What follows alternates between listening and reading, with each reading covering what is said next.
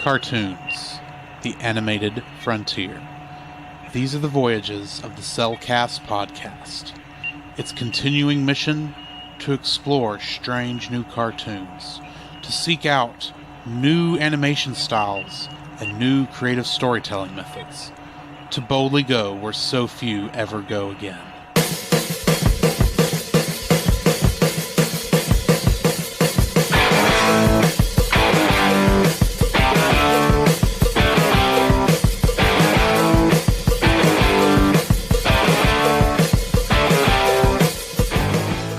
Welcome to another episode of the Cellcast.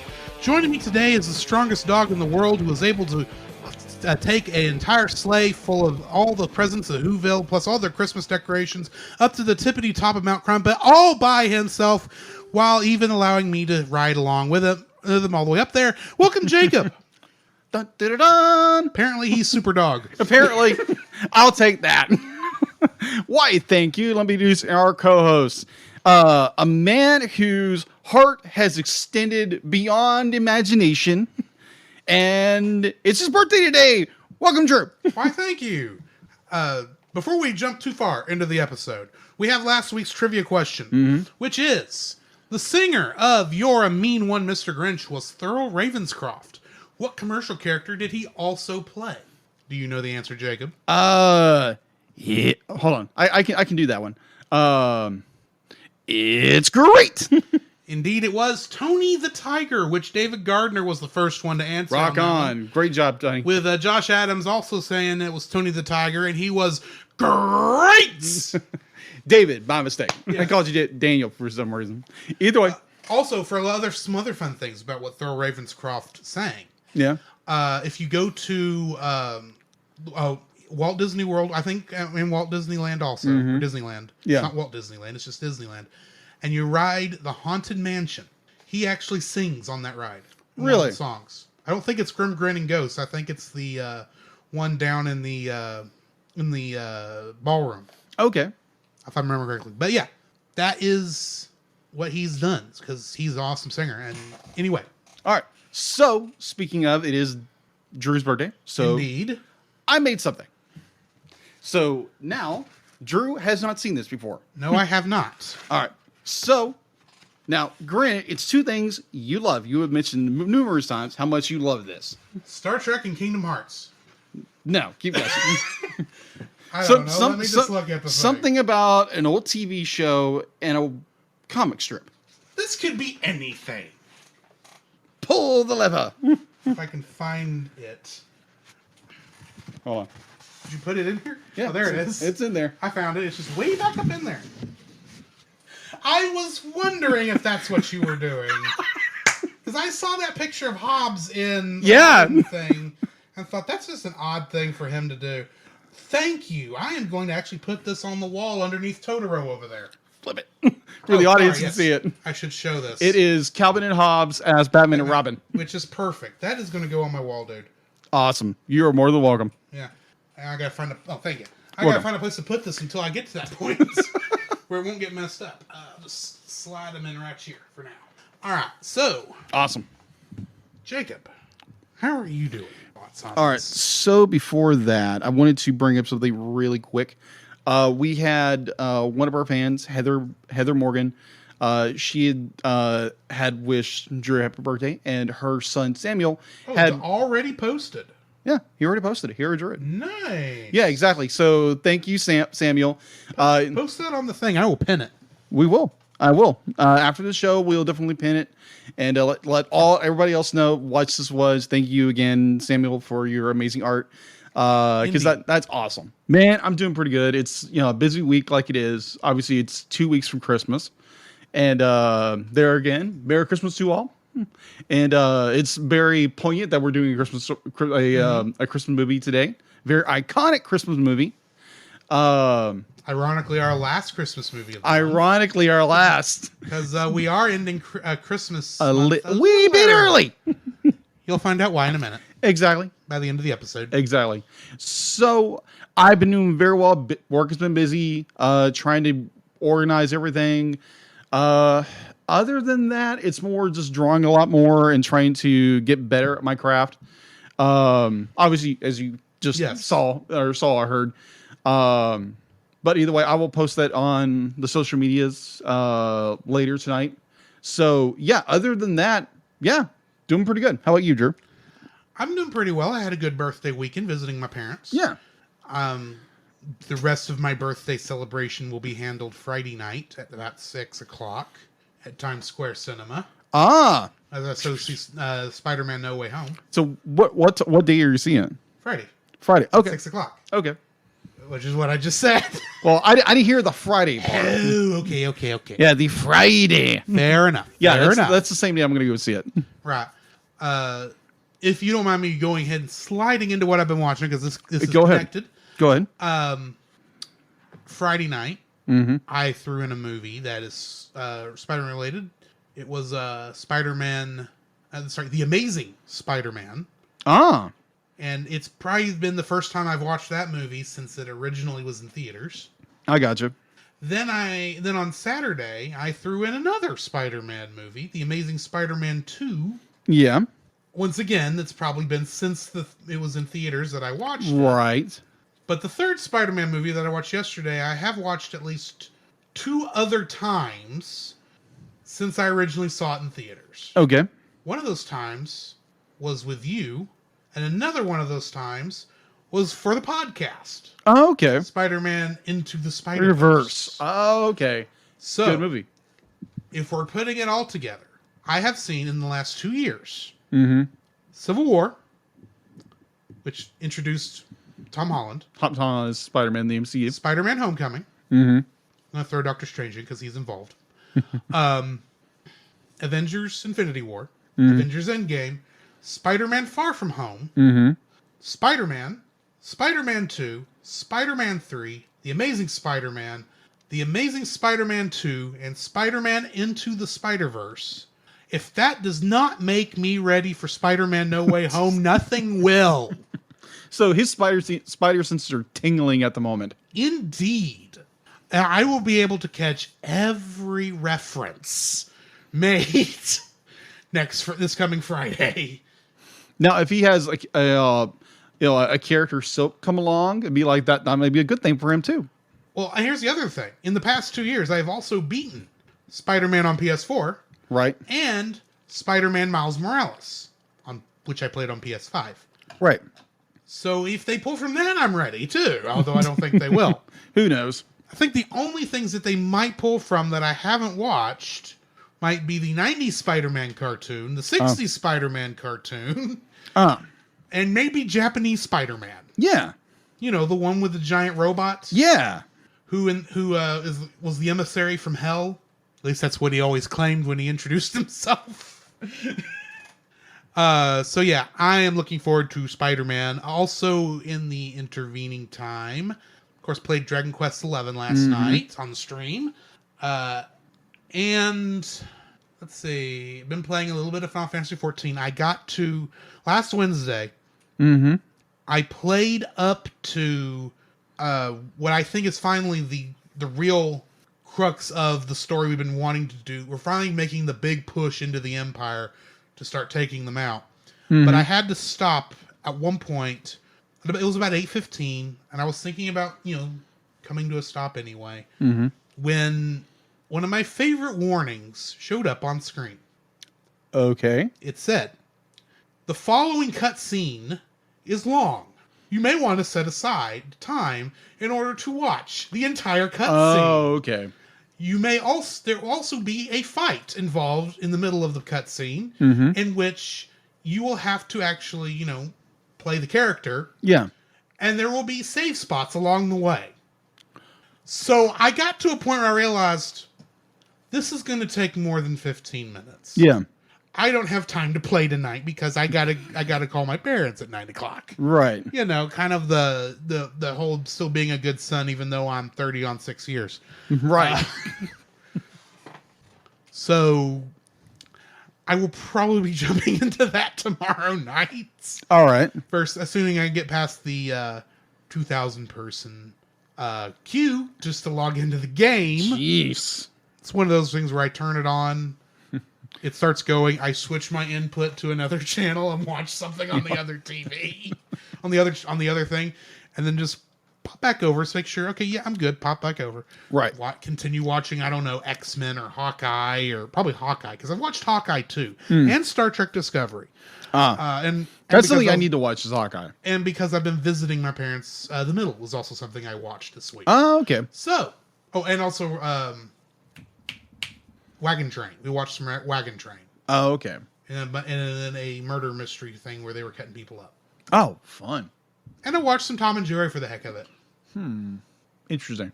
Which I think is about all I've been watching and playing. All right. What have you been watching, Jacob? All right, so going over to our friend Chase's house, he was on our Tron episode, so go check that episode out. Yes, we did watch a show over there, didn't we? Yes, we did. What was that? That was Blackadder. Blackadder. I'd never heard of this. Specifically season 4, where it's World War One. Yeah, it's World War One. There again, this is Rowan Atkinson, a.k.a. Zazu. Zazu, yeah, a.k.a. Zazu. A.k.a. Mr. Bean. So with Hugh Laurie, who, if you remember last week, was playing Steve Claus. Yes, he was. He played a woman in drag. He did. Oh my gosh. It was back when that sort of thing was just funny. It was the 80s. I don't know if it was the 80s. It was the 80s. Continue. Yeah, it was the 80s. I just looked at it. I didn't look at the year. All right. Yeah, 1983 to 1989. Oh my gosh. I'd never laughed so hard in the longest time at a television series, and it was like, oh my gosh, like you have all these amazing comedians in one show. It's a BBC network show, and it was just hysterical. And so if you're like generally curious, it's available on Hulu if you are subscribed to Hulu. If you're interested in watching Blackadder and you don't get offended, go watch it. It's fun. So other than that, I have been on a certain binge as of lately. Recently I watched, I was just watching just a little while ago before we went live. Right. I was watching Digimon, Digital Monsters, or Digimon Adventure Season 1 on Hulu. Yeah. I don't think you're going to get all through both seasons in time. Both seasons? You're talking about all 4 seasons. Both series. Yeah, series. Not counting Digimon Tamers. Or Frontier. I'm talking about what was season 3? The one where the guy made his own Digimon? Yeah. That was Tamers, wasn't it? Yeah, and Tamers. The 4th was Frontier. And then there's Fusion. That's Data Squad. Data Squad, yeah. And then there's Tri. Yeah. Now there's another Digimon Adventure that's a remake of the first season. Yeah. Exactly. It's just digitastic and prodigious. Exactly. Definitely prodigious. Definitely prodigious. So I watched like the first 5 episodes of the original series. It's like, yeah, it's very much a kid's show, but it's got a lot of really good depth that a certain other series doesn't have. Pokemon. I kid. There again, I've watched a little bit of Pokemon, but the sad thing is, if we're talking about the normal anime that everyone's familiar with Ash Ketchum, you're not wrong. Thank you. You're not wrong, but at the same time, I really want to throw Pokemon Origins at you. Yeah, I keep it. I actually watched the first episode of Pokemon Origins. That was really good. Okay. Isn't that with Red and Blue? It is Red and Blue in America. Yeah. In Japan, it's Red and Green. Oh, okay. Because in Japan, the versions were red and green, and so that's what they named the protagonist after. Then they made Blue later, and it's actually the version of Blue that got localized into America as our Pokemon Red and Blue. Oh, okay. For more on useless Pokemon trivia, check out our upcoming episode on Pokemon Detective Pikachu. I'm sure it's going to come up. Yeah, it will. It will. So, yeah, I watched that, and I watched the first episode or first movie of Digimon Adventure Tri Reunion, which was really good. There again, it's the first in 6 parts of films. And it's good. We'll talk about that later. Yes. But that is all I've been watching. All right. What do we got in the news? News, quite a bit. So, be like, if you caught earlier what we were talking about, there, Netflix, not Netflix. I wish it was on Netflix, but no. DreamWorks just dropped their first trailer and their poster for their new upcoming movie, The Bad Guys. Apparently, it's a bunch of anthropomorphic characters who are thieves, and they have to somehow they've turned their life around to be good guys, and these guys are apparently career criminals. So it should be interesting. So yeah, this will be coming out, I believe, in April 2020 of 2020. All right, so that will be coming out, and then this was interesting. The Golden Globes of 2022 has been canceled from CBS, from NBC, Because they're a bunch of pansies. Because let's face it, everything's fine now. that is true. I'm sorry, I may have opinions. We all have opinions, I'm not saying that they shouldn't be careful, right? but every other award show has gone ahead and done it. The Golden Globes need to just do it and take the same precautions everybody else is taking. I don't think it's that though, but I don't know. I've heard it's related to Omicron. I don't know if that's for sure, though. What I understand, it's from different, but there again, this is not. We don't go into politics in this show. We don't. So it's something else. So if you want to learn more about that, go look at it yourself. We're just not going to discuss it here. Indeed. So apparently, it's been cut from the schedule, but they have released the Hollywood Foreign Press has released the nominations for the Best Motion Picture Animation nominees, which would include... Hang on. The Golden Globes were postponed. Yes. But they still went ahead and announced who the nominees are. Yes. This makes a lot of sense. Yeah. Yeah, apparently it's not going to be hosted by NBC, but they're still going to do it. That makes sense. They're just not broadcasting. They're not That's broadcasting. a different story. They're not broadcasting for, other reasons. Well, then just put it on YouTube. Do like the Game Awards does. They don't even bother putting it on television. Yeah. Just put it on streaming. That's where people watch anyway. That is true. YouTube, I bet, will pay you big bucks. Oh, yeah. Big bucks. For the rights to broadcast that. Indeed. All right, so... Like they listen to our rinky-dink little show. You never know. You never know. You have a point. You never know who's actually listening to us. True. All right. There are people in California listening to us according to the stats. Yeah, which is thank you. I don't know who they are. Thank you, State of California. We don't know who you are. Exactly, but thank you. We love you just the same. Exactly. All right, so Best Motion Picture. Now, just a guess, who do you think's on that list? For Best Motion Picture? Yeah, from 2021. 2021. Mm-hmm. Well, I know what movie I want to be there, but I bet it's not there because I think News of the World deserves more than it's gotten. No, animated movies. Animated movie. Animated? Yeah, regarding our show. Well, that makes a lot more sense. I should have mentioned that beforehand. It's animated best movie. So we got Raya and the Last Dragon. There's a possibility. Yes. I guess Soul is still technically because it was January. Was Soul January? No. Well, Luca then. Definitely Luca. I don't think any of the DreamWorks animated stuff came out this year. That was planned. Who else? I'll give you a hint. It just recently came out. Ron's Gone Wrong. Encanto. Third Time's Charm. I knew it had to. I just hadn't got to Encanto yet. We still need to watch this. Yeah, Encanto. Like, due to restraints of the Christmas season, we won't be able to do it this season. Not unless we cram it in somewhere. And we try to make Christmas as stress-free for ourselves. Exactly, because it's already stressful enough. Yes. All right, so Enchanto, Flea from Neon, Luca from Pixar, Sunny Mad by Tomid Films, and last but not least, Raya and the Last Dragon. Now, who would you? I guess the Miyazaki film didn't come out this year, so that makes sense. I don't think it did. So who would you think of those movies you've watched so far? Well, of those, I've seen Raya and Luca, and those are the only ones I've actually seen, I believe. Yeah. So what out of those two? So you're asking me to pick between what was essentially a martial arts film and an Italian film about mermen. Yeah. I'm going with the dragons, dude. Oh, of course. Of course. Yeah, Raya and the Last Dragon was a super fun movie. It was. And it really was so is good. like right in my wheelhouse. Mm-hmm. Might be why it's going to be on the upcoming list. More than likely. All right. So yeah, those are the nominations. All right. So obviously a big trailer dropped during the Game Awards. Indeed. And I'm not surprised I did not hear a scream coming over from this apartment. I'm just kidding. I know. I even told you might hear a squee. A Yeah. very loud squee from across the parking lot. But I did not squeak that loud. No wonder light bulbs popped.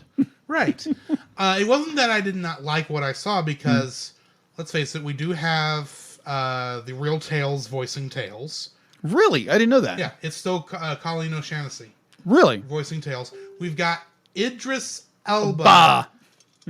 For certain. I have heard his voice as Knuckles. Mm-hmm. We have the Master Emerald on screen in this trailer. Yeah, and just to note, sorry, go ahead. Good. Just to note, when Drew was making his prediction what this movie was about, he was right on the money. Yes, because for those of you who don't remember, I said, look, we know Knuckles is probably in this movie.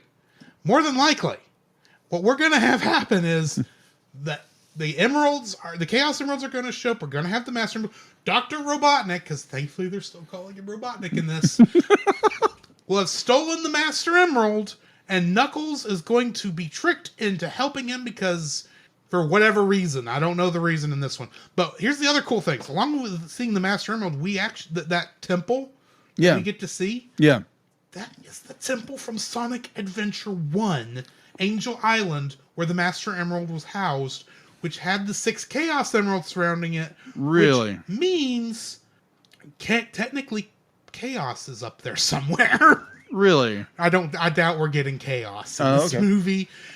Dr. Robotnik is enough of a villain for this, especially Jim Carrey's Dr. Robotnik. He can hold this. I don't want him pulling it. Already having Knuckles we're essentially getting a combo of Sonic the Hedgehog 2 and Sonic the Hedgehog 3 in this, in terms of the Genesis games. Yeah. And that's enough. Yeah, agreed. Because I don't know this for certain. And if I were these people, I would never show this in a trailer, ever, till you get to Sonic the Hedgehog 3, because by that point this will have already happened.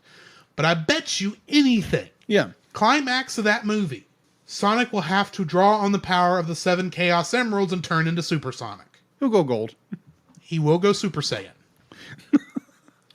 You Or laugh. Super That's Sonic. what it's based on. Yeah. That's what Super Sonic is based on. Is based off the Super Saiyan. I gathered as much. That's because what happened was in Sonic the Hedgehog 2, because of how popular, they decided to pull a bit of pop culture into the game. One thing from Japan and one thing from America. Japan brought in the Super Saiyan from Dragon Ball Z, and the Death Egg we got from Star Wars. Oh, okay. Except with 2 laser dishes instead of one. You gotta have and of course a big giant mustache across the thing because it's Robotnik. Of course. All right. So with all of that said, yes, we are getting a Sonic 2, which looks amazing. Go check it out. We put it in the Looking forward to it. We got the freaking tornado. That's awesome. Sorry. Can you tell he's a fan? I wasn't expecting the tornado. Okay, moving on. I'm not sure what the tornado is, but The biplane. Oh, the biplane. Okay. That is the tornado. Oh, that's what the tornado is. There again, I'm the only Sonic the Hedgehog I know is from the cartoons. That's it. I'm just saying, perhaps Sonic Saturdays may be returning. That's all I'm saying. Okay. Gotcha. All right. So getting back into the news. All right.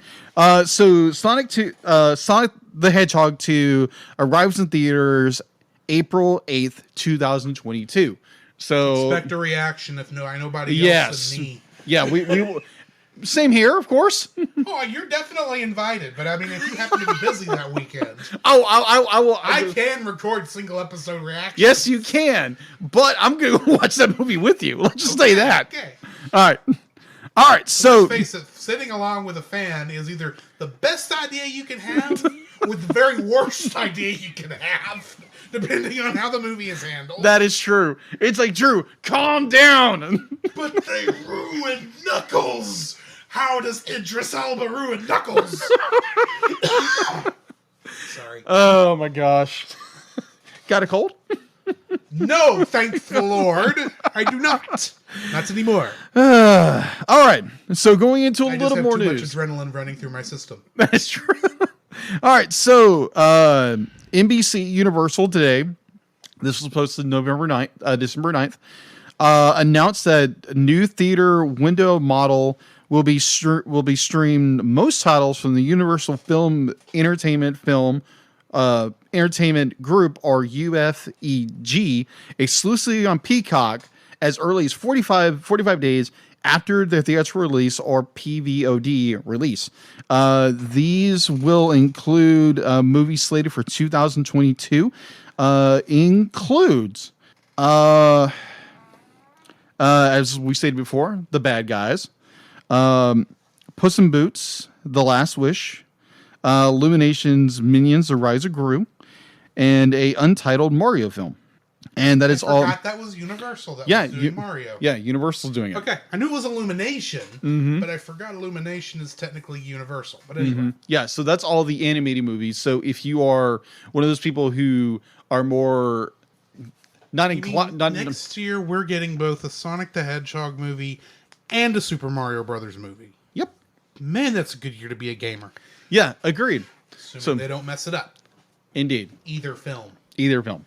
So either way, be like, if there again, I love going to the theater. I'm going to go to the theater if they're open or not. If they're open, and which hopefully they kind of have to be open. They kind of have to be open. But if you are not inclined to go to theaters, maybe because of the COVID-19 pandemic, whatever reason, it'll be available on Peacock 45 days after. So not quite as nice as Warner Brothers' was this year, though that's going away. What was that anyway? Warner Brothers was doing it day and date. That is true. It was on every film, and that is going away this coming year. Probably not a good. I have a feeling the theater owners kind of did not like this idea. Probably not. And from what I understand, because of how many people took advantage of it, it may not have been very helpful. All things considered. I gotcha. Even though Godzilla vs. Kong still was the first big movie of the COVID season. That is true. Anyways, so in our final bit of news, G-Kids has announced the English voice cast for the upcoming Oscar-nominated film director Manuel. I'm going to butcher his name. And I'm going to let my pal read the name off. Hang on, I need to find it. Mamoru Hosoda? Yes. As in the guy who made Digimon? Yeah, pretty much. There again, I'm terrible at names. In all fairness. Yes. In all fairness. Agreed. It is a Japanese name. It's and a Japanese name. I am well practiced at Japanese names. Yeah, and I am not. For some reason. For some reason. All right, so, and his latest feature, Belle. And if you haven't seen the news trailer, I'm going to put it up fairly shortly after we're done broadcasting this. And go check it out. It looks really good. Incredible. So let me get to where I was. The roster can be heard in the newest trailer. Belle opens theaters and on IMAX screens, both in its original Japanese and all new English dub version, on January 14th, 2022, with exclusive IMAX premieres. Exclusive markets beginning on July 12th, 2022. Tickets are available starting now at bellfilm.com. And after watching this trailer, I'm going to go see this in movies. See who watched it in the theaters. Maybe get a reaction for it. Well, considering we've already reviewed 3 of his movies? Yeah, we have. All within the first year, and neither one of us realizing we were doing it? Pretty much. For future reference, that would be The Girl Who Leapt Through Time, a.k.a. Go Upstairs and Look at the Stupid Picture. Digimon the movie. Yes. What you talking about, Willis? And 3, Summer Wars. Koi Koi! Yes. I do not have those memorized. I just happen to remember those 3. They were very good. They're funny titles. They're funny titles. Exactly. All right. So, yes, that is all we have for the bit of news. And thank you, Josh. Yes. which brings us to the spoiler-free section. Good night. Can you have the spoilers really matter on this one? It's a classic. Indeed. But so we're going to go spoiler-free. If you've somehow not seen How the Grinch Stole Christmas, any of the 3 versions of the movie, even though we're going to be focusing on the 66 version, go watch it. It's only 30 minutes. Anywho, I can't tell you how many times I've watched this particular short. Because let's face it, it's on every year. Indeed. Sometimes I've turned it on, not even realized it was coming on, and just left it there. Usually sometime around the that one spectacular shot of the Grinch where his smile goes up and his little hair pieces curl back out. You know the one I'm talking about? Yes. That's usually about the time I somehow usually find it if I'm watching live. But this is a classic film. If this was Retro Rewind, this would definitely be rated a classic. Prediction and actual final rating, put it up there on the on the website. Boom, it's done. This is just a great film. This is probably the first time I've looked at it with a critical eye, and I'm very glad I did because there's a lot of interesting things in this. I'm looking forward to talking about it here in a minute. But if somehow, some way, you've not seen this thing, go watch it. It should be mandatory viewing at this point. Indeed. But you should go watch it, and you should let your kids watch it so they can actually see a good How the Grinch Stole Christmas. Indeed. Because I have opinions on the other 2 movies, which we're not touching on this year. No. But maybe another year. Maybe another year. But also, this is just a Christmas classic. Indeed. I actually think it's more of a classic than Charlie Brown Christmas. Wow, that's saying something. I honestly believe that because this is one I just have pure nostalgia for. And looking at it with a critical eye this time around, I was even more blown away. So, Jacob, what are your thoughts? All right, so my spoiler thoughts. Yes, your spoiler-free thoughts. Spoiler-free thoughts. There again, this is my first. Oddly enough, I've watched clips of this throughout the years. Never watched it in its entirety. Never have. Like after watching this, I'm like, oh my gosh, I've never seen the entire thing. That's a surprise. I've seen little bits at the beginning, a little in the middle. Well, I say it's and the end. I say it's a surprise. Yeah. Not as a dig towards you in this manner. Not this time. Of course. But I mean, this is very Looney Tunes-esque. Yeah. And of course, director. And I know you like Looney Tunes, but they're not something you really focused on growing up, right? Exactly. Which is, I can see it. I can see that. There again, I know some people might say it. Oh my gosh, Jacob doesn't like Looney Tunes. I love I didn't say Looney Tunes. He didn't like Looney Tunes. I just said it wasn't a focus. I know. I wanted to make the focus that be like, I enjoy Looney Tunes. It was what kid doesn't? Exactly. So able to watch this for the first time in its full was absolutely just breathtaking. This is like animation that I wish they still had now. Oh yeah. And they didn't do, I don't know what. This is good animation. It's so good animation. It's like they don't reuse anything. Like it's that's not true. That is, you're right. We'll get to that. We'll get to that. We'll get to that. But I could say of other shows that reuse animation. Hey man. Indeed. All right, so yeah, I've oh my gosh, watching this for the first time, and just like mind blowing, absolutely incredible. There again, growing up, I watched little bits here and there, and watching it as a full is incredible. It's definitely go watch it. Definitely go watch. It's a masterpiece of animation that should be enjoyed by all, and I think most people have watched it, and not to be confused with the Jim Carrey version that came out in the late 90s or 2000s. I think it was like 2000. Yeah, 2000. Because that came up when I was looking through trivia. That's right, yeah. So I think that was 2000, and then of course the new Grinch that Illumination did was 2018, 2019. Yeah, one of those, because I remember going and watching it. I watched it too. Yeah. More on that later. Exactly. But I thoroughly enjoyed it. Would I recommend it? Highly recommend it. If it's going to watch it on Peacock, That's where you said it was. Yeah, it's if you watch Peacock is at least free. Yeah, Peacock is free. And or go pick it up, for your own collection. If you're an animation fan, go pick it up. It's really good. It is at Walmart. Yeah, it is at Wally, so you can go check it out and buy it for your own if on Blu-ray or DVD. So yeah, would I recommend it highly? Mm-hmm. Like families should sit down to watch this film because it's just so good. All right, so yeah, that's my spoiler-rific. All right, idea. Spoiler free. So join us on the other side of the bumpers, and we will get to spoiling this thing.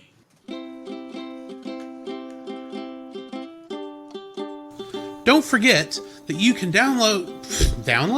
Don't forget that you can.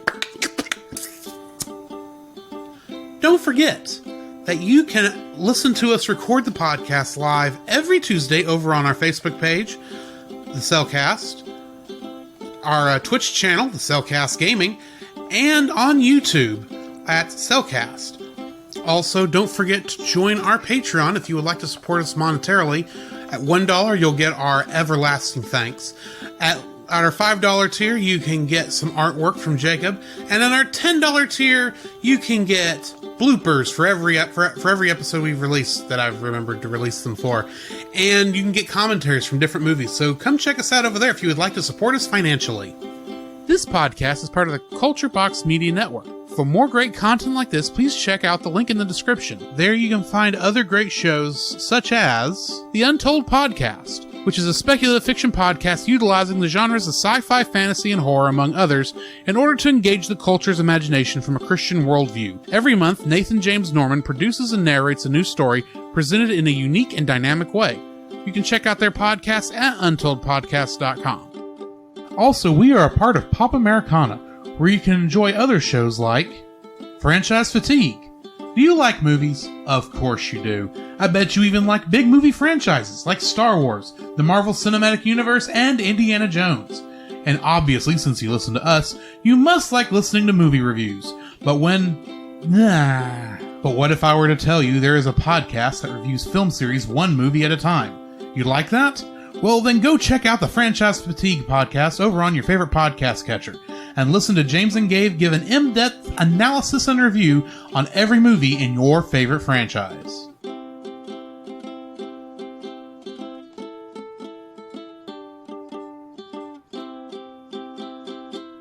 The following is a spoiler-filled review for 1966's Dr. Seuss's How the Grinch Stole Christmas. If you've not seen the movie, we suggest you turn us off right now and come back when you've seen it. How's that for last minute? Bravo.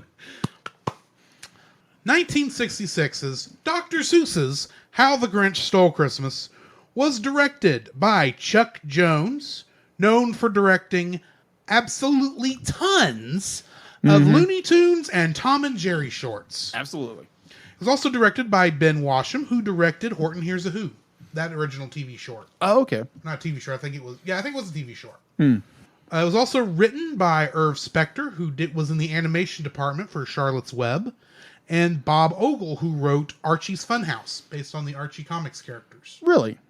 The original story was by Theodore Geisel, which is the actual name of Dr. Seuss. Yes.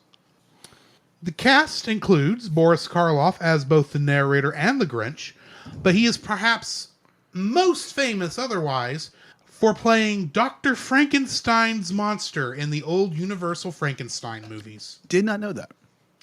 June Foray was the voice of Cindy Lou Who, and in DuckTales the movie, The Treasure of the Lost Lamp, and DuckTales the original television show, Woo!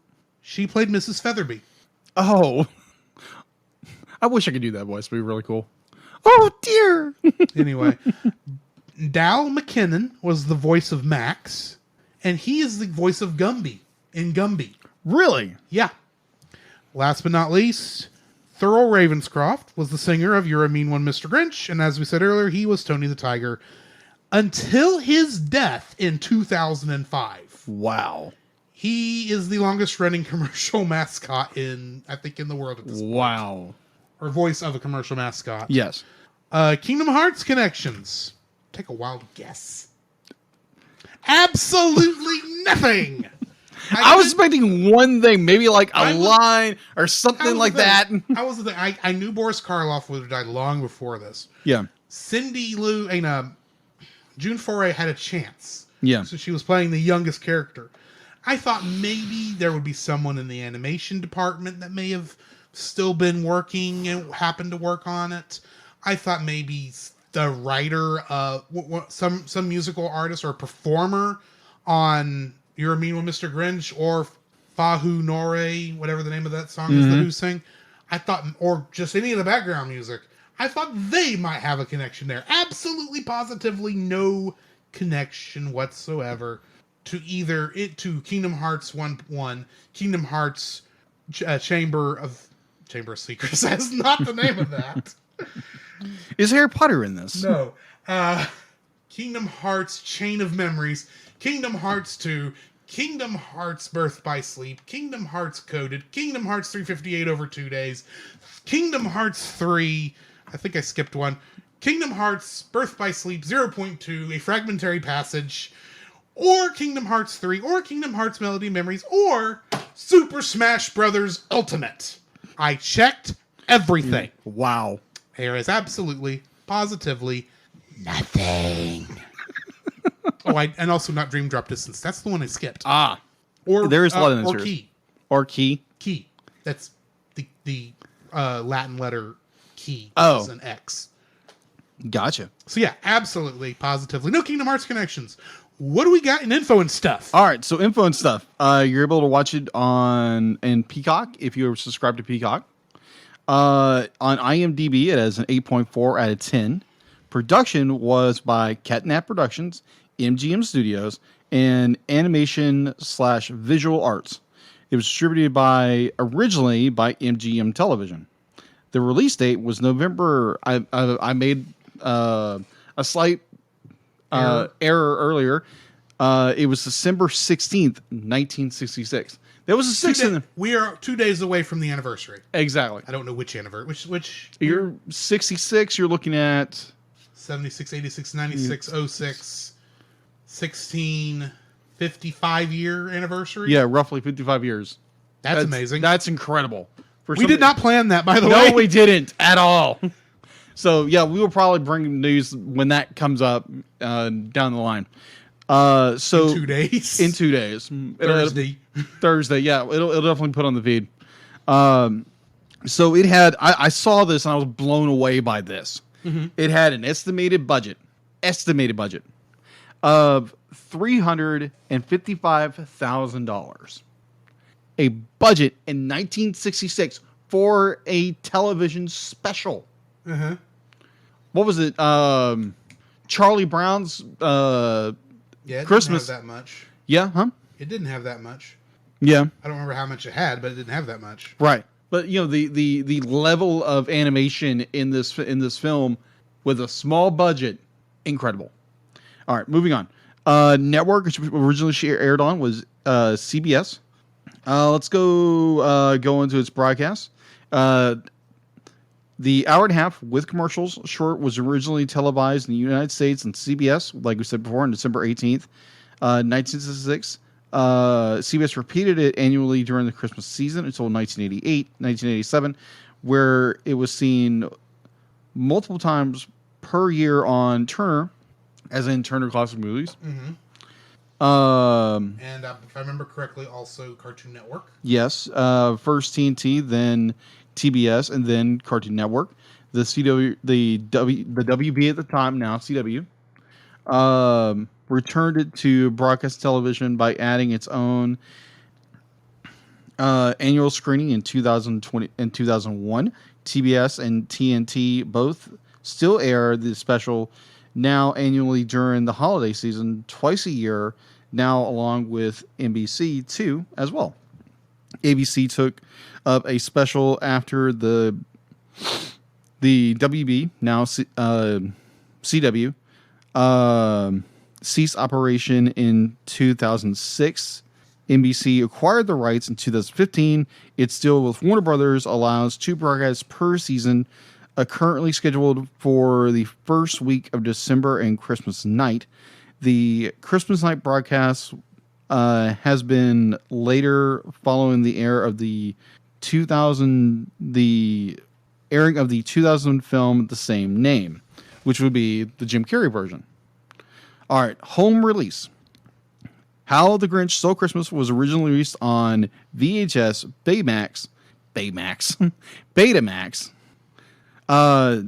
SED, which, can you remind me? SCD or CED? CED, sorry. That is a capacitance electronic disc, a failed format that came out right after Laserdisc, and it failed because Laserdisc existed.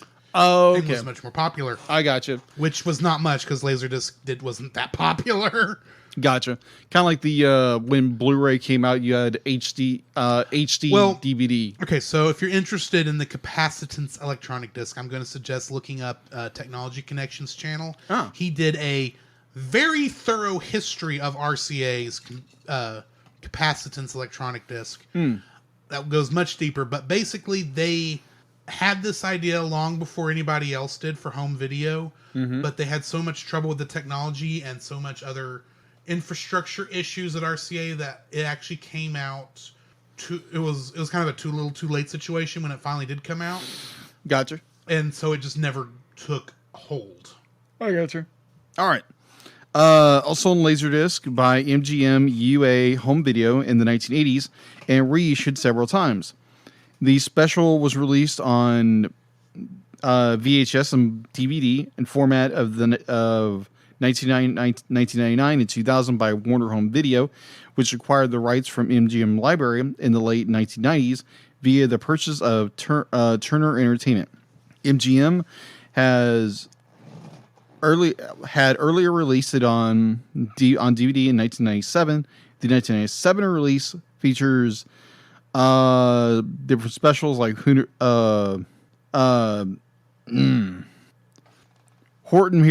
Here's a Who, while in the 2000 DVD it has commentators as interviews, and the special edition documentary, which was shown during the TNT broadcast in 1994. The DVD is well received. Three bonus things. It has a sub per, but critics have criticized that DVD for its sub per picture quality. Subpar. Thank you. Sometimes I can't read very well. Yeah. Apparently in that DVD transfer, apparently the Grinch was yellow, not green. That's a bad transfer. That's a very bad color that far off. Yeah. All right. So, of course, the Grouch was originally orange. Really? Yeah. Anyway. Yeah. All right. The special was re-released on DVD in 2006 and labeled the 50th Birthday Deluxe Edition. Let's see. It talks about the special. Blah blah blah. It's been re-released numerous times on DVD with various forms of commentary. They've gone back and remastered. I know that. Let me get to that. In the 2000 DVD was it's a special edition. So yeah, it's been continually been re-released. I know the version we watched it's almost like it's a remaster. It's the Warner Brothers DVD, which they had to at least done a new transfer and then maybe a little cleanup. Yeah, it looks like there's a ton of cleanup on it. Yeah, it's not bad. They didn't over-clean it, which is always the worry with this sort of thing. Indeed. We don't have the Cinderella issues. No. Oh, good night. Good night. If you've ever seen that. They cleaned it up so badly, they lost details in the dress. Yeah, pretty much everything was blue. Yeah. Everything was supposed to be like a light blue. And believe it or not, that is supposed to be a white dress. Yeah, exactly. Anyways. Anyways. Very, very light blue. But yeah, it's a light blue. But either way, so yeah, it has been be like if you can watch it on television for the last 50 something years, they've released it on Blu-ray, DVD. I think it's on, I don't know if it's on Blu-ray yet or not. It should be.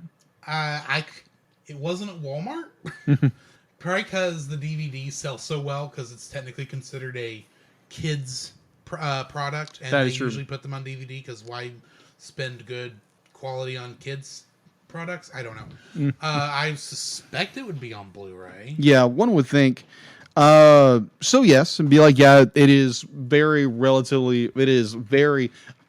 numerous on DVD and possibly on Blu-ray. I'm just looking right quick. Yes, it's on Blu-ray. It's on Blu-ray. It's $8.99 currently on Amazon. Yeah, so if you want to go get it on Blu-ray, go check it out. All right, so it did have a sequel, but it's technically there are two other Grinch specials. Yes. There is Halloween is Grinch Night, which is apparently a very strange thing, but it was done by Friz Freling's company. Really? Animation company, yeah. And they also did, and Friz Freeling also did The Grinch's The Cat in the Hat. Both of which are on that DVD, but I did not watch those other two. Maybe someday on another episode of the Cellcast. Yeah. So, yeah, that is basically the history of Dr. Seuss, How the Grinch Stole Christmas. All right. 1966. Getting into the summary for this. The Grinch is a surly, antisocial, green creature with a heart 2 sizes too small, who lives alone in a cave atop Mount Crumpet, located above the village of Whoville. He especially hates Christmas and has always been annoyed by the town's Christmas celebrations. One Christmas Eve, he finally decides to stop Christmas Day from coming to Whoville by disguising himself as Santa Claus. His dog Max is a reindeer, and in a reversal of Santa's visits, steal all the gifts, decorations, and symbols of Christmas. Once loaded, he plans on dumping the bags of stolen goods. His plan is nearly thwarted by a toddler named Cindy Lou Who, but is otherwise undetected. As the Grinch reaches the summit of Mount Crumpet, ready to dump the bags, he discovers the citizens of Whoville, despite having no gifts or decorations, have gathered in the middle of town to sing as Christmas Day dawns, realizing that Christmas means more than just material possessions. The Grinch's heart grows 3 sizes. He saves the sleigh, returns the presents and the other belongings to the Whos, and joins the town's Christmas celebration by carving the roast beast. Much shorter summary than normal this week. It is just short after all. Oh, yeah. Thurl Ravenscroft, who sang the song, You're a Mean One, Mr. Grinch, is best known as the voice of Tony the Tiger in numerous Frosted Flakes TV commercials. Thurl was picked to sing these songs because his voice was an extremely deep bass. Boris Karloff's voice changes when he speaks for the Grinch. Originally, he spoke in his narrator voice throughout. After recording was complete, the highs in his voice were mechanically removed for the Grinch, giving him the gravelly voice heard in the finished version. The lyrics to the song Fahu Fores were made to imitate classical Latin.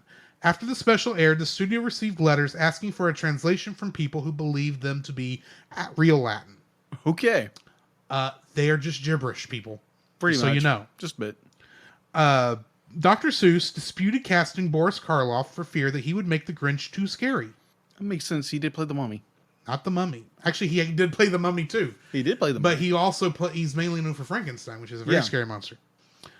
Dr. Seuss was initially uninterested in animating this or any of his books, but Chuck Jones managed to persuade him. Yeah. Freaking Chuck Jones.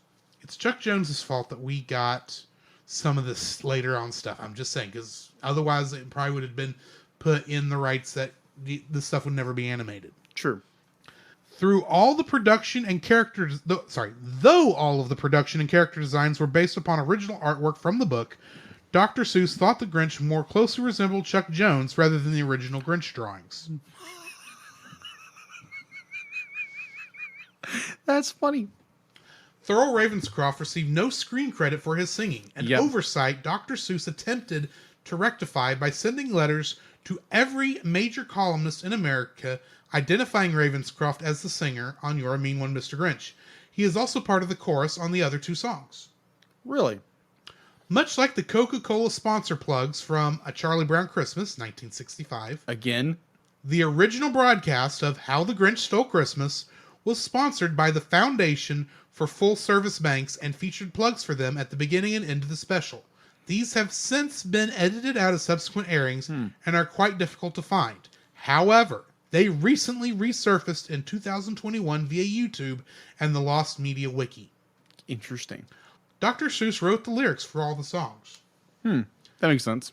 Chuck Jones, a lifelong lover of Rudyard Kipling, was inspired to cast Boris Karloff as the Grinch after hearing a recording of Karloff reading Kipling's Jungle Book stories. Coincidentally, Benedict Cumberbatch, who did the voice of the Grinch in Dr. Seuss's The Grinch 2018, also did the voice of the tiger Shere Khan in Mowgli, Legend of the Jungle 2018. Ironic. The Grinch's... Okay, let me ask you a question. What color is the Grinch? Kind of a light green. Okay. Has he always been green? I think different shades of green, but green. What if I were to tell you in the book he is not green? Okay, what color is he? He is pretty much paper color because all you ever see is an outline of him. I gotcha. That's because the Grinch's green color was decided by director Chuck Jones. Chuck Jones's experiences renting cars in the Washington-Baltimore area, which he claimed always turned out to be the exact shade. Well, it was the 60s after all. But if you ever wondered why the Grinch is green, it's because of used cars. Wow. I find that funny. That is hilarious. But it wasn't green before this short either. That's Really? the main thing. Wow.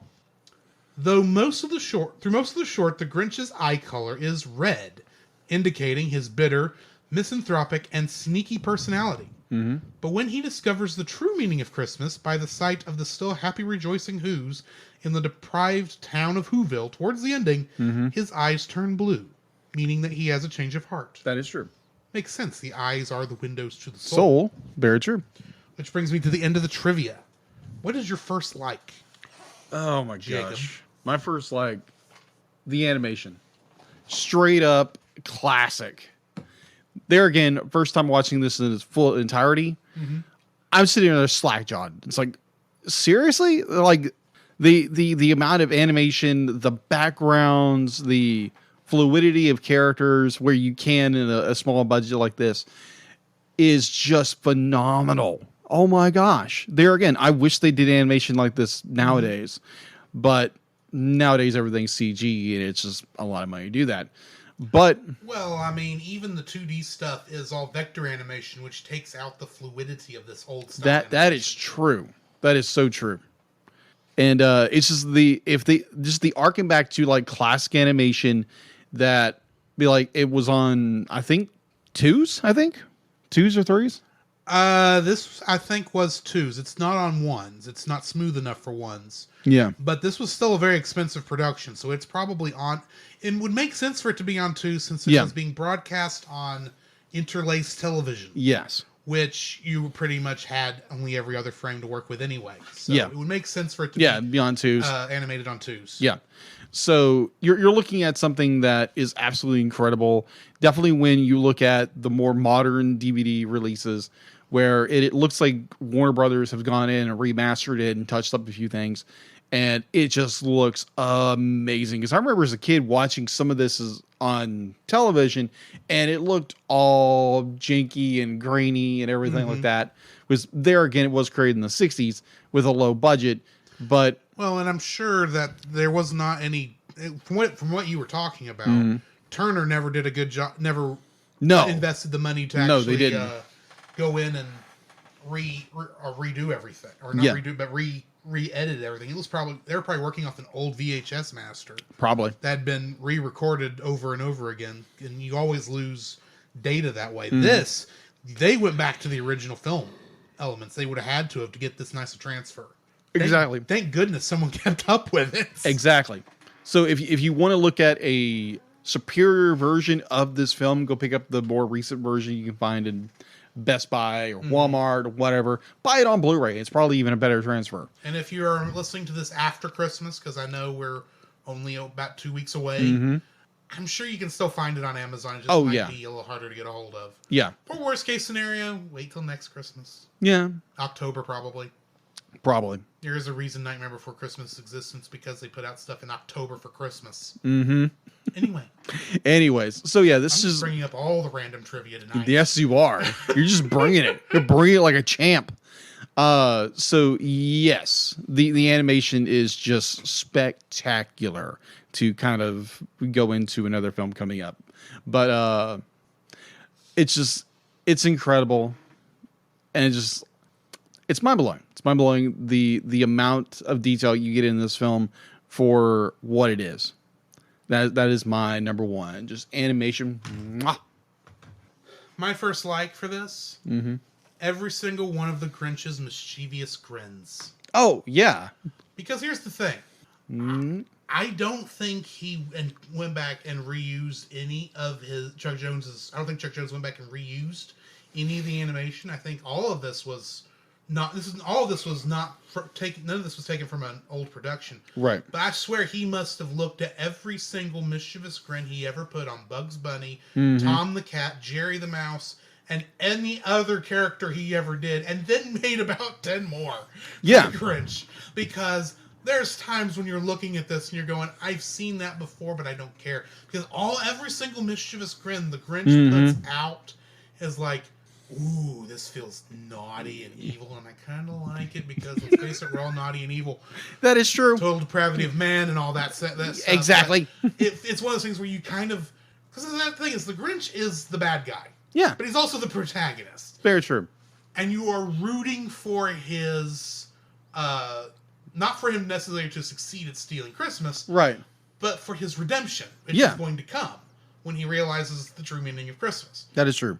Apparently he forgets he's supposed to be nice to the Who's by the sequels. But hey, we'll move on from that. Yeah, exactly. But maybe he just turns nice every December now. Yeah, apparently. He turns over a leaf. After he scares the willy-nillys out of the Who's during Halloween. But, I forget where I was going. But you kind of are, you kind of, strangely enough, you kind of understand what it is about the Grinch and why he feels this way about Christmas. Because I think we all know, every single one of us, down to the youngest child, it's not Christmas that the Grinch hates. Yeah. It's not even what the movie says he hates. Mm-hmm. He hates the Who's celebrating Christmas and being noisy and rude to him. That's why he's out on Mount Crumpet, away from all of them for the most part. He hates other people. The Grinch is an introvert. Yeah, pretty much. Aren't both of us introverts? Kind of. Except we're both kind of also like being around other people. Yeah. But I can, to some degree, I can feel what the Grinch is going through. And to some degree, having worked 8 Christmases at a Walmart. Right. Sorry, Voldemort, the store that shall not be named. I understand the Grinch's feelings all too well. I've been there. I've told the story of how one of my favorite Christmas memories working at the store was getting gas one Christmas Eve after the store was locked up and watching this group of people walk us at speed right into the door, not realizing it was closed.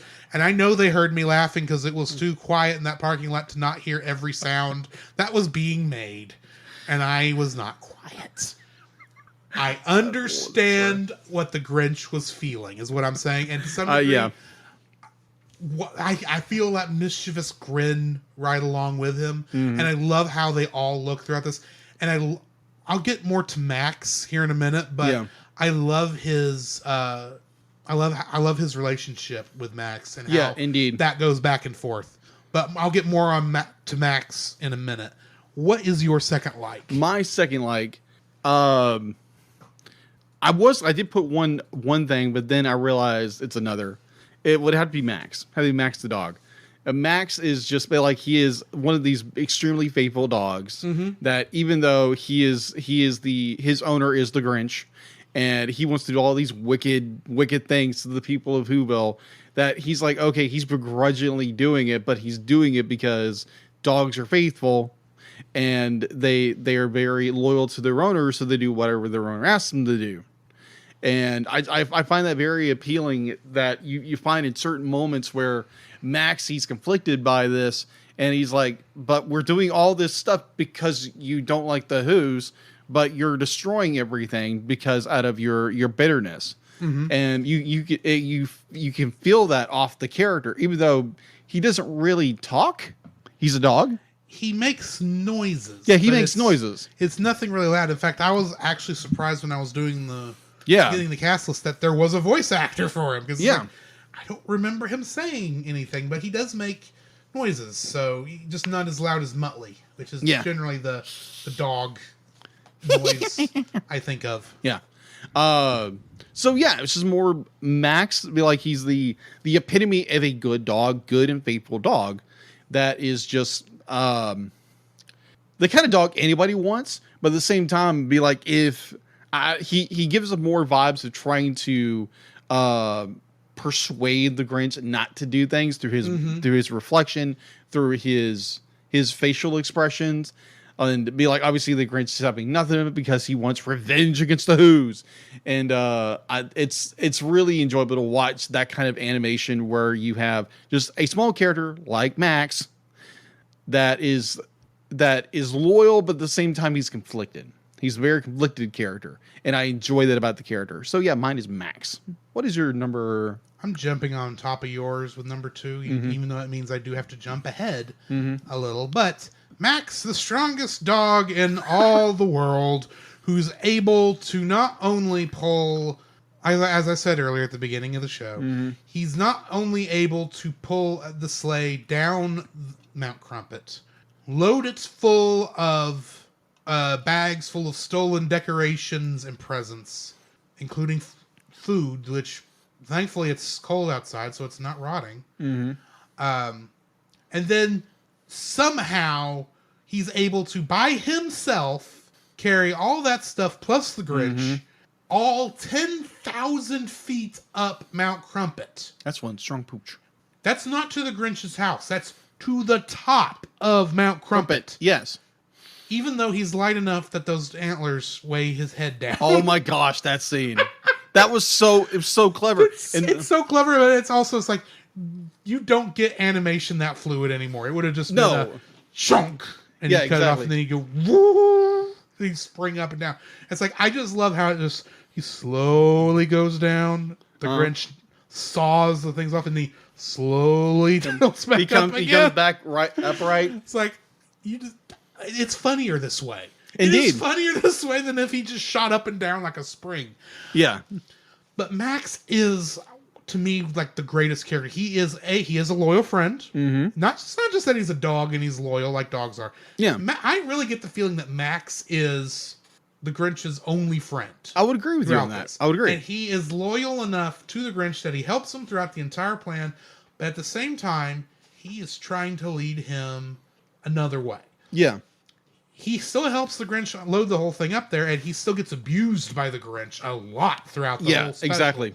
But he does do things to try and say, maybe we should, maybe not. Yeah, not do all this. Yeah. But it ultimately fails because that's what the story requires, and it's because he's the Grinch, and you don't really talk back to Frankenstein's monster. That is true. Or the mummy. But still, one of my favorite parts of this. They're coming down the mountain. The sled is moving faster than Max is. It goes over. The Grinch looks over. He realizes Max is not there. He dips his head under and sees the rope going all the way under and coming up the other side. He looks up, and Max is just sitting there on his hind legs going, waving his paw. It's like, that is like the single funniest thing in the entire Agreed. Short. And it was added. It was added because Chuck Jones? Yeah, Chuck Jones. Yeah, Chuck Jones added it from the original story. But it's funny. It's so good. It's one of those visual gags that you don't even think about if you're not looking for exactly things to love about this film, because it just goes like, oh, that's a funny scene. I've seen that in Looney Tunes and Tom and Jerry all the time, but here it's done far better, I think, than it ever was done in that. And I'm just going to go ahead and say this right now. I consider this film, the short, an honorary Looney Tune. Oh, okay. Because it's very much in the feel of... Indeed. You could see... Indeed. It would not take much for for Bugs Bunny to pop his head up at one point and say, I missed that. I should have took that left turn in Albuquerque. Instead, I ended up in Whoville during Christmas. It's cold over here. Indeed. What's that green guy doing? I want to see Doctor Who, Bugs Bunny versus the Grinch. I want to see this. It will never happen. I want to see it. Anyway. But yeah, Max is the strongest dog. I am amazed by how much he can pull, despite the fact a pair of antlers can weigh him down. Wow. And let's face it, the other best shot in this is at the end of the film, end of the short, where the Grinch is blowing his horn as he's coming down the mountain to redeliver all the presents, and Max is just sitting there with his tail wagging on the sled and bouncing up and down. It's like, who's steering the sled? You had a hard time getting down this the first time. How are you getting down it now? But Max is just there happy. Yeah. It's like, I'm not a dog person. We know this. I'm a cat guy. Yeah. But I just love Max throughout this. He's just so fun. Indeed. So yeah. Indeed. Max the super dog. Max the super dog is my second like. What's your third? My third like would be the my third like is more like the Grinch's redemption and the Who's the idea of like gifts aren't the thing of what Christmas makes Christmas. And what made it reminded me of a song that I absolutely love. One of my favorite artists of all time. I know Drew disagrees with me on this artist. I like one of his songs. Yeah. Garth Brooks, What I'm Thankful For. It's off a more recent Christmas album. And it's an amazing song. He does do it with his wife and the amazing James Taylor. If you haven't heard it, go check it out. It's a great song. We can find it on Amazon Music. So the first line is like, "What I'm thankful for ain't on no list. For only in my heart exists. For the times I've helped me understand things I can't hold in my hand." And I just found it very poetic to this. The idea that the Grinch thought he could destroy Christmas, he could crush the spirit of the Whovians. About the Whovians? I'm not talking about Doctor Who. So what is this, Doctor Who? apparently, but the Who's his whole intention is all of a sudden the Daleks show up and they're decorating for Christmas and they're going, decorate. Sorry. Oh yeah, but it was the Grinch's full intention was to destroy Christmas and break the spirit of the Whovians by stealing everything of theirs. But it was the idea that a gift that someone gives you isn't really the heart of Christmas. The heart of Christmas is the intention behind it, and also the idea of the Grinch's redemption. Of his heart is no longer hardened, as we would go for a more theological idea that his heart has been broken by the cheer and goodwill of the Who's, and his heart is changed. His heart is renewed. He has been reborn in a way. If you go even further theologically, that his entire demeanor is like someone who has come to know Jesus Christ, their Lord and Savior. They're given a new heart. They are given a new spirit. The Holy Spirit has been injected into them. They are a new creation.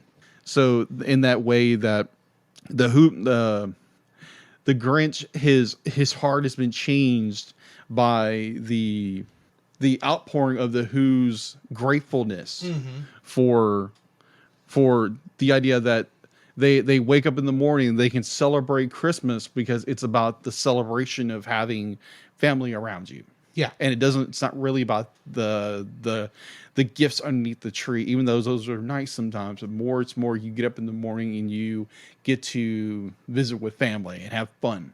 And I like the idea that it's the Grinch heart is changed, like like I said before, with when we come to know Christ, that our heart is changed. We are created anew. We're a new creation in Christ. So it's that idea, and I found that really fascinating. So yeah, it's the the Whovians, not Whovians, The Who's of Whoville. yeah, Who's of Whoville. They're Who? yeah, exactly. But their joy, even without presents, and the Grinch's his turn of his heart, his heart is made new with the understanding that Christmas is not about the gift. Mm-hmm. So that is my number 3. What is yours? I absolutely love the wordplay and probably the least Christmassy Christmas song ever written. Okay. Which is, of course, You're a Mean One, Mr. The Grinch. Mm-hmm. Let me go over a couple of lines in Okay. case you missed them. Okay. You're as cuddly as a cactus. Ouch. You're as charming as an eel. Mm-hmm. You're a bad banana with a greasy black peel. Ugh. Your heart's an empty hole. Your brain is full of spiders and you've got garlic in your soul. I wouldn't touch you with a 39.5 foot pole. You have all the tender sweetness of a seasick crocodile. Given the choice between the two of you, I'd take the seasick crocodile. Your heart is full of unwashed socks. Your soul is full of gunk. The 3 words that best describe you are as follows, and I quote, stink, stank, stunk. All of these are so clever in how they're saying, because what you're pretty much saying is the Grinch is the worst possible creature who ever exists. He's horrible. He's nasty. He's the worst creature imaginable. He's the worst thing to happen to the Who's of Whoville. Mm-hmm. And yet, through Christmas, through the Who's and their grace and then their forgiveness and through their just happiness of the Exactly. Of the season, which I'm going to say that my biggest problem with the other 2 Grinch movies is they ignore this part. Mm-hmm. That the Who's they're not perfect people, mind you. Yeah. But they're not going out there just because it's a tradition, like for that, like that they are in the Jim Carrey movie. Yeah. It's Christmas. They're going out there whether it's Christmas or not. It's part of their tradition. Yeah. Christmas came not because of anything the Grinch did to keep it from happening, anything the Grinch missed. It came because it was Christmas. Exactly. Now here's the thing. The Grinch, in my opinion, and I think most people can understand this, is the worst of humanity. Yeah. It is a picture of us as the completely depraved creatures that we can easily be. Oh, yeah. Easy. And I'm saying that at this point from a secular point of view. I'm about to go full Christian on you. Okay. Because go it's for it. Christmas. Launch it. We are all the Grinch at one point in our lives. Oh, yeah. Easy. In some ways, we are still the Grinch right now, even if you are a Christian. Yeah. But it's through the grace of Christmas, a.k.a. who Christmas is named after, a.k.a. Jesus Christ, that we're allowed to come to the table and even have the spot of honor to carve the roast beast. Yeah. That's good. That's really deep. What the Grinch did is the absolute worst thing he could have done to the Who's. Yeah. He came in. He broke into every single one of their houses. He did not just steal the stockings. He did not just steal the presents. He did not steal just the decorations. He did not just steal their Christmas trees. He didn't just steal the feast that they were planning for Christmas Day. He stole every ounce of food in the house, of every single house, to the point where a mouse could not even eat a crumb off the floor. Yeah. That's pretty depraved. That is depraved. That is and he's not doing it because he thinks this is the best thing for everybody. He's doing it for completely selfish reasons because how much he hates Christmas and how much he wants revenge, one supposes in this, against just the very act that these people down in Whoville are happy. Yeah, exactly. He wants to destroy everything. Right. The Who's have absolutely, positively no reason to forgive him. Absolutely. And they don't just forgive him. They let him sit at the head of the table and give him the place of honor. Exactly. How is that not a great picture of being saved and salvation? Exactly. And everything that Christmas stands for. They forgave the word. This would be like us forgiving Hitler. Exactly. This is the equivalent. I hope y'all realize that. Bear in mind, I think everything Hitler did was horrible. Don't take any of this the wrong way. But I also believe, well, we'll not get into that. They forgave the man who didn't just steal all the stuff from their houses, stole the sense of security that every single who had over Christmas, over silly decorations, over if he'd have just locked the door and watched television and not tried to do this crazy plan of his, would have been gone in a day. Because by the 26th, who cares? Yeah. Yeah, there's still going to be maybe some partying, but for the most part, the Grinch stays in his home on Mount Crumpet even after this. If he'd have just locked the door and just not tried to get involved, bear in mind, I'm talking about this short specifically. That's not the case in the other two. This short specifically, he just locked the door and not gone down the hill and not stared at all the decorations going up for Christmas. He would have been fine. Yeah. But he did the most horrible thing over what essentially was him being annoyed. He did the most horrible thing he could to these Who's, short of killing them all, which you can't do on can't do on television, Right. and doesn't exactly fit this story in the slightest. Exactly. But he goes in, he steals everything from them, even lies to the youngest child in town, Intentionally. pretends to be Santa Claus, and at the end of the day, they forgive him, and they give him the place of honor. Yeah, that's Almost like the prodigal son coming home. Bam! There you go. Preach it, brother. I get that this may not have been Dr. Seuss's idea for this story because, to my understanding, Dr. Seuss was not a Christian. I could be wrong. I didn't do my research on this part. Forgive me. But from my understanding, he was... My understanding is, I don't know if he was an atheist, but he was definitely agnostic. Is my understanding. If you could double check that. Yeah. Anyway. So I'm sure this was not his idea, but it's amazing how these Christian ideals tend to sink through, especially on the holiday that's meant to celebrate the birth of our Savior. Even though if you do your research, you know that Jesus wasn't born anywhere near December 25th. No matter how you calculate it on the calendars, he was probably born during the summer months. Anyway, or summer or late fall. I just find that part interesting. So yeah, that's my third like. I gotcha. Yeah, let me look that up real fast. Okay, from what I can tell, just by doing this quick look, he never commented on it publicly. Yeah. He had religious views, but there's no evidence he was a church goer. Yeah. Which is the closest I'm going to get to making a decision on this. So Yeah. I don't think he was an atheist. I'm just not sure how Christian he was. Yeah. That's how I'm going to stop. That's how I'm going to leave it there. Yeah. Okay. So Jacob, what's your first dislike? My first dislike, and my only real dislike in this film, would be there again. It's a children's story. Now I understand the other films do kind of fill in this information a little bit, but understanding you're going from the source material, and definitely this is definitely from the source material itself. You have this. The whole, there's no real reason or rhyme except why the Grinch hates the Who so much. Be like, yeah, it's more, he doesn't like that they're loud and joyful and that kind of stuff. He's a Grinch about everything, but there's real the grouchy Grinch. And it'd be like, yeah, it's supposed to imply something, but there's not. Be like, to me, it's like, can we get a little bit more? And I understand in supplement material they've gone on with but it's hard to know in some of that supplemental material how much of that was Dr. Seuss, especially with the Grinch movies. Yeah, indeed. It's just more be like, I wish they would have at least brought in a little bit more why the Grinch's motivation instead of he's a grumpy old man that doesn't like a really grumpy old man who just doesn't like happiness and joy, and for some reason he doesn't like the Who's, but just the a little more information about that would have been great. But there again, that's a nitpick.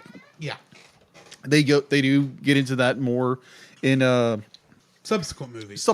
Thank you. And so yeah, that was a little. It's like, okay, could we have gone into that a little further in this film? But there again, well, I mean, the only real defense I can have for why they don't go into it, is because the book doesn't go into it. Yeah, exactly. And this is my understanding, an accurate adaptation of the book. Exactly. So and and it's only 30 minutes long. The reason you get more information in the other stuff is because they had to stretch it out to 2 hours. Indeed. And admittedly, there ain't 2 hours worth of story in this. So No, they do there's have to not. add stuff. Yeah, they do. Fair, Agreed. fair enough. Agreed. But that's the only defense I really have for it. Yeah, agreed. There again, that was an extreme nitpick. Yeah. And if you want more story filled out like that, you can go watch the other films. But in this film, we don't get that because there again, they're sticking close to the material, the source material. So yeah, that's an extreme nitpick about this film. What's your first dislike? The reused animation that we see in some of the "You're a Mean One, Mr. Grinch" scene montages as he's stealing all the Christmas presents. Yeah. Because there's about three shots that they reused that they show twice. Indeed, they do. It kind of, admittedly, this is only a 30-minute short. I think the actual runtime is something closer to 22 minutes? Something like that. Let me look right quick. I can't go by this because it's including all 3 shorts in here. Indeed. It says 80 minutes. This is not 80 minutes long. But we'll say 20 minutes because that's about the thing.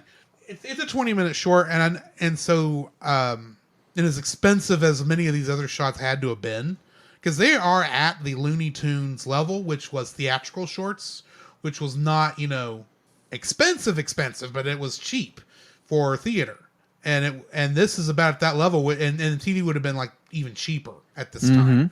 So I mean, you just look at some of the look at something like the Star Trek animated series from that time. You can see how cheap animation was. And this is very obvious, or cheaply made animation was at the time. And this is being animated on to the same quality as Looney Tunes cartoons were in the 30s. Oh, yeah. Or 30s and 40s. For being shown on an 80-foot screen where you had to at least give it a little bit of quality. Otherwise, it looked horrible. And they're showing this on 30-inch televisions at the time. Yeah. 4x3 televisions. So, I mean, I get why they saved a little bit of money and did not reanimate what was essentially the same scenes and just, re-edited some stuff in there to fill out the song, fill out the different verses. Because, I mean, there's I think I saw 8 verses a second ago when I was looking at You're a Mean One, Mr. Grinch, and it's spread out over the course of 10 minutes. Yeah. Over the montage of him making the Santa suit and then stealing all the presents and everything. So I understand why in those sections he did a little bit of reused a little bit of animation just to save some time and not have to waste money and reanimating what was essentially the same scenes but maybe from a different angle. I mean, how many other ways can you look at to actually show this creature going in and stealing all this stuff? And it would make sense he might reuse some of his methods in different houses, even though there maybe not that many stockings in every house.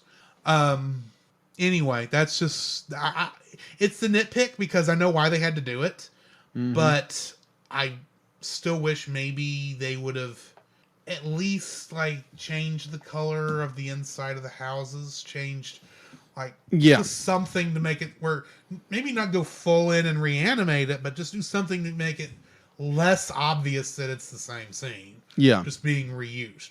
Granted, it's being shown on television. We were lucky to get this quality at this time anyway, so they had to cut a corner somewhere. And this is not a bad corner to cut because you're still filling out the animation. It still looks good. I just wish it was not as obvious that it was reused. That's my first dislike. What's your second? I really don't have any. Well, I only have one other dislike, really. Go for it. This movie is so good that disliking anything about it makes you look like a Grinch yourself. Indeed. And that's how I'm going to end my thoughts on How the Grinch Stole Christmas before the ratings, because this is a good movie. It is. A good short. It's a this good, is solid far film. better than it has any right to be, if we're being honest. Yeah, if you look at the budget itself, it's just they squeeze every dime out of this thing. Yeah, there was nothing that was... And they've got to have made this is far better looking than Charlie Brown Christmas. Yeah, indeed. And it's far better written, I think. Now, part of that's because it was written by Dr. Seuss. And originally written for the book and just moved over. Mm-hmm. Granted, maybe just a little bit of cleanup by the other two writers, but this is just such a good little story for what it is. Granted, I think we've all seen it a ton of times and we kind of just know the story, so it's like, it's another Grinch thing. But this is the very best adaptation of the Grinch, in my opinion, and it is a Christmas classic. Mm-hmm. And it is for that reason I'm giving this a 9.5 for my rating. Wow. I'm not giving it a perfect 10 because of the animation reuse. Of course. Yeah. I would definitely. What are you rating it? I'm going to give it a 9. 9. It's there again. It's a stroke of artistic masterpiece. Definitely with its budgets, its restraints, and everything. You're looking at top-notch animation that you would find in Looney Tunes and all those great Tex Avery? No, Chuck Jones. I'm sorry, Chuck Jones animations. So just the level of artistic talent, the story, the writing, the story, the lyric from Dr. Seuss, of course. Mm-hmm. It's just there again. Some of the like it has a few like doesn't have really a lot. There might be like one or two little animation errors. There again, you're talking about a movie that has a small budget. Small budget for television. Most people would just write this off. Exactly. But this is a masterpiece that definitely needs to go in someone's collection if it's just a movie you watch during Christmas. Yeah. And it's a 9. Most definitely. So yeah, definitely go out, go watch it, go buy it, put it in your collection. If you watch just one time a year or twice a year, it's worth it. Yes. Buy it on Blu-ray if you're a Blu-ray guy or girl. Just go buy it. I'm surprised it's not been released on 4K Blu-ray yet. That is a shocker. It'll probably get there. Eventually. So yes. Which, of course, brings us to the end of this episode of the Cellcast. Yep. Trivia for next. Well, here's the thing. This is our last Christmas episode for this year. Indeed. It was chosen to only do 3 Christmas episodes this year because January we wanted to do Digimon. Mm-hmm. Digimon Adventure Try. Problem is, Digimon Adventure Try is 6 movies, and there's only 4 weeks in January. Yes. So we had to come back a little. Thankfully, December had 5 weeks. Anyway. So, next week we'll be starting a little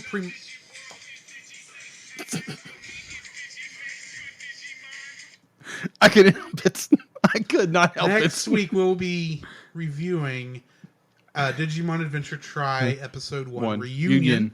Which, despite the fact these are called episodes, they are 6 separate films. Mm-hmm. So, do you know where you can watch this streaming? Because I haven't looked. I think Crunchyroll, but I think they have it split in like 30-minute chunks. Yeah, you can watch it on Hulu. You can watch Hulu if you are subscribed to Hulu. But you can also watch it on, of all places, for free on YouTube. Really? Yeah, it is. It's not like these are, illegally downloaded and you watch them there. No, these are like legit. It's not how I had to watch Digimon the movie. Pretty much. I should have borrowed that DVD. You should have. You should have. It was a weird week. Indeed. This was 3 years ago. So yeah, there are multiple ways you can watch this film. You can either go watch it. You can stream it on Hulu, or you can stream it on YouTube for free. It does have commercials, so it's YouTube commercials. Yeah. They're like 4 or 5 seconds long. But there again, these movies are accessible, very accessible to if you want to watch them. Now, granted, you have to know what title it is. Right. Because it's Digimon Adventure Try. The first movie is called Reunion. Yes. And there again, I've already watched the first one. I have no idea what's going on. All I know, it's the original characters. There's a new character shows up, and it's like, what in the world's going on? I waited for one reason and one reason alone. Thursday starts Retro Rewind's Backlog Golf. Mm-hmm.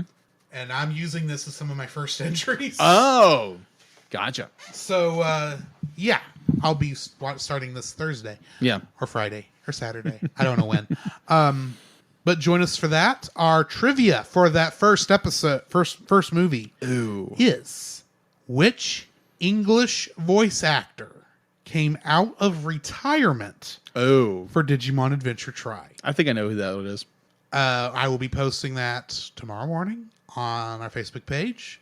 So look for that. And give us an answer. And of course, we will read the responses at the beginning of next week's episode. Yep.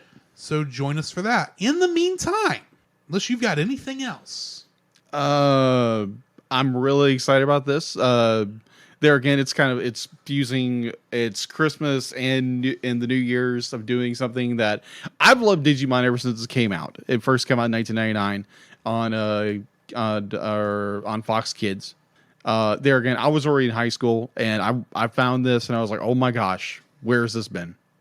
And I'm definitely looking forward to seeing where the Digidestined from the end of season 2 were or have found themselves. So yeah, I'm looking forward to it. You were in high school in 1999? Yeah. Okay. I'm not going to fight you over it, but I just realized I graduated 2002. I forget this because I'm 2 years behind you. Yeah. So in my mind, we graduated closer. But anyway. Right. Because I was like, I don't remember being high school age when I first saw Digimon. Yeah. But anyway. Yeah. So I would have been like a freshman in high school. Okay. Roughly. Yeah. Either way. Roughly. Yeah. Roughly. Okay. In the meantime, this has been Drew. This is Jacob. And we will catch you in the next frame. Come, Jacob. We must prepare for next week. Prepare for what, Drew? Same thing we do every week, Jacob. Record a podcast. Oh, boy. So where can they find you, Jacob? You can find me on Facebook at Jacob B. Heron, also on Facebook at Jacob's Daily Art Corner, where I try to draw each and every day.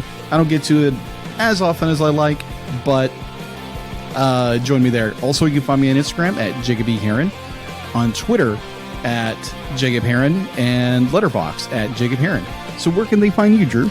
You can also follow me on Letterboxd at GGeorge759, Facebook as Drew Dodgen, my Facebook page where you can see pictures I've taken at Drew's Photo Bin. You can also follow me on Twitter at GGeorge759. You can email us at thecellcastpodcast@gmail.com. You can also follow us on Twitter at cast_cell. You can follow us on Twitch at twitch.tv/thecellcastgaming. You can also follow us on YouTube at Cellcast, Listen to our podcast on Apple Podcasts, Google Play Podcasts, Stitcher, Spotify, and your favorite podcast directory. You can also listen to us on the Movie of the Week podcast with Jim Heron, where we talk about live action movies. And remember, Cell is a single L.